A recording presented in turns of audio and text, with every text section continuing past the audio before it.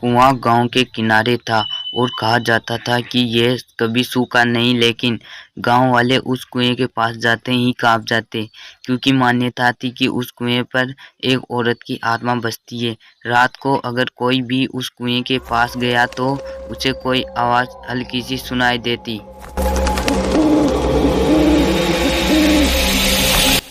फिर धीरे धीरे आवाज़ साफ हो जाती। गांव वाले कहते थे जिसने भी आवाज़ का पीछा किया वह वापस नहीं लौटा। बहुत पुरानी बात है। उसी गांव के पास गौरी नाम की लड़की रहती थी।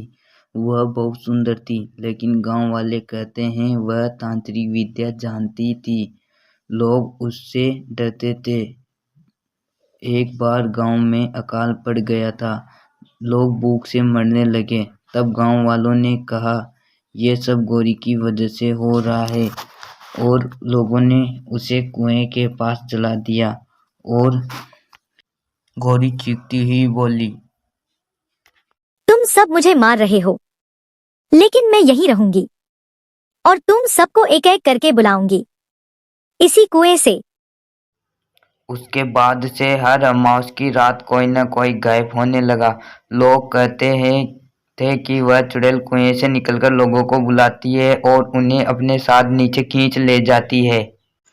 कई साल बाद गांव में अरविंद नाम का एक नौजवान आया। वह पढ़ाई में तेज और बहादुर था।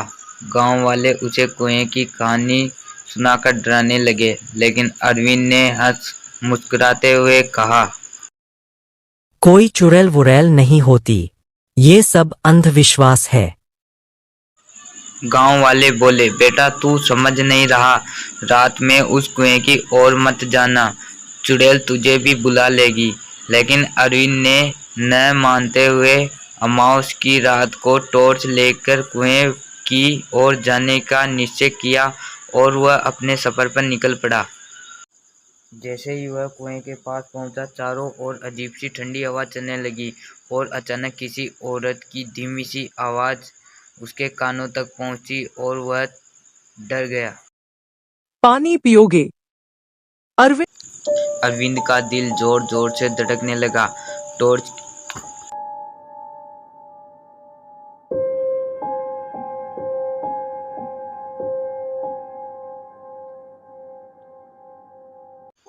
अरविंद डरकर पीछे हटने ही वाला था कि उसे लगा कोई पायल खनक रही है।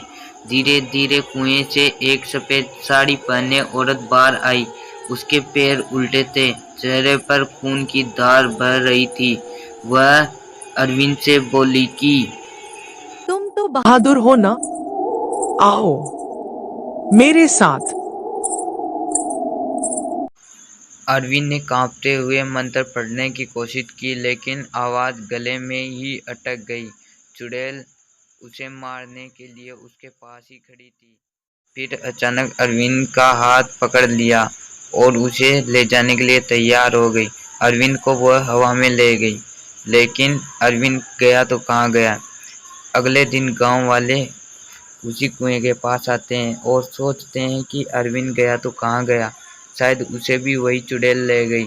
लेकिन अरविंद गया कहाँ। फिर 2 दिन बाद अरविंद की बहन अनामिका गांव आई। उसे गांव वालों से सारी बात पता चली। उसे यह पता चला कि उसकी भाई को चुड़ैल ले गई। फिर वह तांत्रिक के पास गई। तांत्रिक ने उससे कहा, वो एक बहुत ही भयानक चुड़ैल है, तुम्हें उसके पास जाना है और खुद लड़ाई करना है। और वह सोचती है क्यों ना मैं ही खुद चली जाऊं। फिर वह तांत्रिक की बात सुनकर खुद से फैसला करती है। फिर वह खुद चली जाती है। जैसे ही रात का समय होता है, वहाँ पे अचानक उसके सामने वही चुड़ैल आ खड़ी होती है और थोड़ी देर बाद चुड़ैल आ गई।